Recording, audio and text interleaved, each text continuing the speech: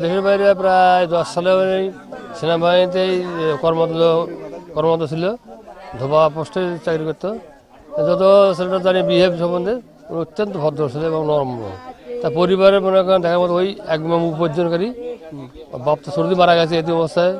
জানেন বাবা মারা গেলে কীরকম থাকে, বাবা মারা গেলে কীরকম এতিম, মা খুব অনেক কষ্ট করার পরে মা প্লাস বোন বিয়ে দিছে, যেটুকু চাকরি করে যেটুকু কষ্ট পাইছে মানে স্বাচ্ছন্দ্য কোনো সংসার চালাইছে আর কি।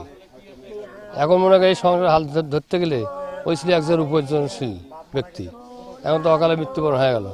যে সরকার তো দোধ হবে না, অন্য কারো দোধ হতে হবে না, যাতে বাংলাদেশ সরকার তারপর সদয় দৃষ্টিতে রাখে এবং লাশটা তাড়াতাড়ি দেশে আনার জন্য চেষ্টা করে বা প্রক্রিয়া করে। তাহলে মনে করেন সবাই দাবি, এলাকার দাবি সবাই লাশটা তাড়াতাড়ি আসুক দেশে। আর সরকারের সংখ্যায় দুস্থ পরিবার প্রতি সরকারের সদয় দৃষ্টি দেখে, এটি কি কামনা সবারই। ওর তো এখন ভাই নাই, এখন ওর মা তো একা। আমরা সরকারের কাছে আকুল আবেদন যেন সরকার যেন এর পাশে থাকে এবং সশস্ত্র বাহিনীকে রিকোয়েস্ট করবো যেন এর পাশে থাকে, এদের দেখাশোনা করে, কারণ এদের রোজগার করার মতো কেউ নেই।